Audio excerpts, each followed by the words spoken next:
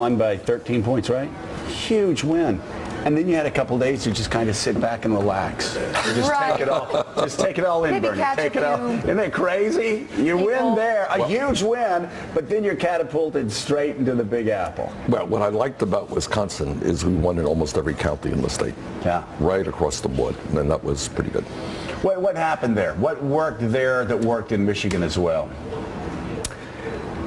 It is a smaller state, not a very small state. We had the opportunity to go out and talk to tens of thousands of people. Last week alone, we had rallies where 35,000 people came out. So I think we do well when we can speak to people in a meaningful way, not in a 3-second soundbite. We're up there for an hour talking to people and answering questions. It works pretty well. You get to stay focused, too. You don't have to go to fundraisers. You don't have to deal with that whole side of things. Well, let me say that we don't do a whole lot of those fundraisers. We've been extraordinarily lucky. Right. I have not done a quote-unquote fundraiser. We always joke that you cough and you raise $1 million. We've never okay, wait, excuse me, time out. BernieSanders.com. There you go. Joe, this is a terrible. BernieSanders.com. Let me just say, as a former colleague, I did it as a favor. I just raised $1 million. It's incredible. All right. So let's get, first of all, there will be no questions about, now his wife said last night, we are moving on, okay? About what? My wife says it, what can I say? Can you say we're moving on. Not qualified all the time? Well, no, exactly. But here's the deal. Everyone's saying, oh, this rift between Hillary Clinton and Bernie Sanders continues. But then you show the soundbite, and it's reporters asking the questions, continuing it. Ah, Mika, you just discovered something. Hello. Crack the code. So stop it. Now, listen, I think a lot of people have turned heads a little bit with the Daily News interview, the interview with the New York Daily News. Some answers they felt you came up short with, especially on your main message. So I'm going to re-ask those questions. I am literally taking the Daily News interview and borrowing here, so from this great interview. All right, by what authority and how would you go about breaking up the largest financial institutions in the country? All right, you ready for the answers? I'm ready. I want to hear it. You can do it in a couple of ways. One is you can use Section 121 of the Dodd-Frank legislation. And number two, better, and I would prefer it, is pass my legislation. And with my legislation, the legislation that I've introduced says that the Secretary of the Treasury will have the authority to investigate and determine which banks pose systemic risk to our economy, i.e., if they are too big to fail, they could bring down a significant part of the economy, and then within a period of time, the Secretary can break them up. So let me ask you that. I mean, by definition, and I'm going to upset a lot of my friends, but Bank of America. Yes. J.P. Morgan. Yep. You can go down the list. Citi. Yep. If any one of those banks went under tomorrow, I don't care what anybody says. We'd be bailing them out again. Yes. I don't care what the legislation says. Sorry. You've been there. Yep. I've been there. Of course. They stick a gun to your head and say you either vote yes or the entire economy collapses. That is exactly. Why are we still in that position 8 years after 2008? Why are you asking me that? This guy gave a better answer than I did. That's right. Now, why are we still in that position? And by the way, it's Joe, maddening. By the way, Joe, 3 out of the 4 largest banks in this country today are bigger than they were when we bailed them out because they were too big to fail. So that's point number one. Point number two is that when you have 6 financial institutions that today have assets of about equivalent to about 58% of the GDP of this country, they issue 2/3 of the credit cards and 1/3 of the mortgages. Right. Don't you think that's a hell of a lot of economic and political power? Nobody's going to let them go under. Right. I don't disagree. So another New York Daily News, the great paper's question, what does a bank like J.P. Morgan look like in year 2 of the Sanders administration? And what I said is after they're broken up, that is their decision to reconfigure how they want to do it. It's not the government's business. We tell you, you can't be this big. You're too much of a danger to go from there. This is how big you can be. That's all. I'm not going to run J.P. Morgan. Is there a parallel between what the government did to the Bells back in the 70s and 80s and what you do to the banks? Right, I think so. Yeah. Just said you're too big, and yeah. Would you concede, Senator Sanders, that Wall Street banks do play an important role in the United States economy, no matter what their size are in terms of employing people, managing people's pensions, public pensions, in fact? So how do you reconcile your position that they ought to be broken up with the important role they play in the economy? Well, they play, when they are that big, if they issue the top 6 banks issue 2/3 of the credit cards and 1/3 of the mortgages. By definition, they play an enormous role. But I think what we have got to say is that, are they playing the kind of role that we need for small and medium-sized businesses in terms of providing the affordable credit that those businesses need to expand? And I think the answer is no. Much of what Wall Street is about is figuring out how they can make more profits for themselves. And in many ways, they're an island unto themselves. They come up with all these esoteric, crazy tools that nobody really understands to make more money for themselves. The goal, in this one, I guess I'm pretty conservative, and I believe in old-fashioned, boring banking. You make a deposit, you make a loan. To small and medium-sized businesses, to consumers who want to buy a home, want to buy a car. That's kind of my definition of what banking should be about. Do you think it's good to have Wall Street banks managing public pensions, for example? I think that's an important role for them to play. Okay. Mike? On another issue, gun litigation. Yep. Yesterday, Governor Cuomo of New York, with regard to your position, says what he does is take a political stance on a moral issue. So the question is, what other industry in this country receives immunity from litigation other than the gun industry? Let me just say this. So let's set the record straight. Number one, and I do get a little bit upset at this. The Clinton campaign has been on this, gun business from day one. I have a D- voting record from the NRA. Okay, D-. Number two, I come from a state that has virtually no gun control. You know something. Right. Okay. Number three, and this is important to understand. In 1988, before I was elected to Congress, I was in a race, three-way race. The gun lobby was against me in that race because I said in 1988 that we should not have assault weapons sold or distributed in this country. I lost by 3 percentage points. I was running as an independent. Republican won. Democrat came in third place. I lost that race because I said 1988, let's ban assault weapons in this country. So to keep attacking me, I think, is unfair. Now, to answer your question, let me put it back to you. I am a gun shop owner in a rural area. You come in, you go through the instant background check. I sell you the gun. You flip out or do something, you go out and shoot somebody. Should I be held responsible for having sold you a legal product? Is that the point of the litigation? Yeah. No, the point of the litigation, it would seem to me, is massive sales of guns. Okay. In bulk. And if that's the case, then of course my position is, then that gun, if you walk in and say, hey, Bernie, give me 10,000 rounds of ammunition, or I want to buy 47 assault weapons, should I be held responsible for selling you that? The answer is yes. I want to flip what the governor of New York said around a bit and look at it the other direction. He said that you were taking a political position. It seems to me in the Democratic primary on guns, the safe political decision would have been to change your position and actually tell the Daily News what the Daily News wanted to hear. Why didn't you do that? Well, I didn't because I try to be honest. But here is the issue, and I want to pick this up. If a gun manufacturer, and there are instances of this, are selling guns to gun shops, and we know that those guns are ending up in the hands of criminals, you know what? Hold that manufacturer liable. But don't hold a gun shop owner who legally sells a product to somebody else liable because that person did something crazy. Just to make sure, and we've been debating this since you do support a ban on gun shows without background. Of course I do. You want background There checks? is definitely. Let's go through this. On selling over the internet, just for people who don't know all of your positions, let's get them out on guns.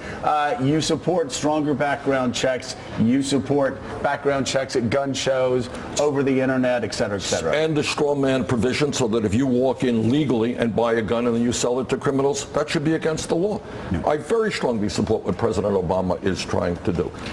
But I want to reiterate that back in 1988, I lost an election because I did not think it was a wise thing to have assault weapons being sold throughout this country. So you would be the first Jewish president, and I'm looking here at, I don't know if this is new. Have you heard that he's going to the Vatican? Has this been... You have the story. So tell the world. Tell me, you're going to be going to the Vatican to talk about how to create a moral economy that works for all people rather than the top 1%. How did this come about? It was an invitation from the Vatican. You know, that's pretty good. That's kind of impressive. It is. Let me. It is. Mike, has the Pope invited like you? that. Has the Pope invited you? Pope has not invited I've me, got and he's no invited Senator invitation. Sanders. I am kind of offended because I've been going to 8 o'clock children's mass now. Last time I checked, you're a Catholic too. So, but you've been invited by the Vatican to go over and speak. And I was very moved by the invitation, which just was made public today. I am a big fan of the Pope. Obviously, there are areas where we disagree on women's rights or gay rights, but he has played an unbelievable role of injecting a moral consequence into the economy. And here's what he is saying. You know, people think Bernie Sanders is radical.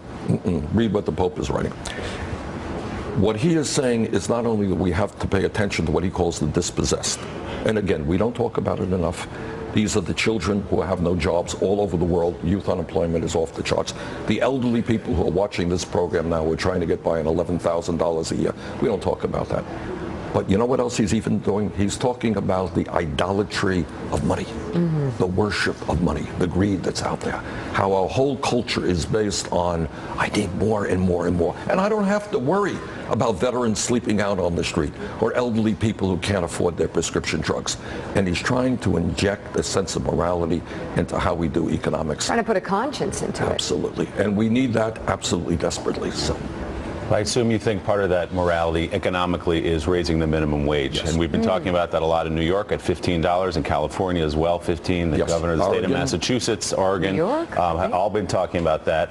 What do you say, though, to small business owners and other people who say, if I got to pay $15 an hour, I'm either going to have to lay some people off or shut down my business altogether? Well, first of all, everybody's going to have to be paying.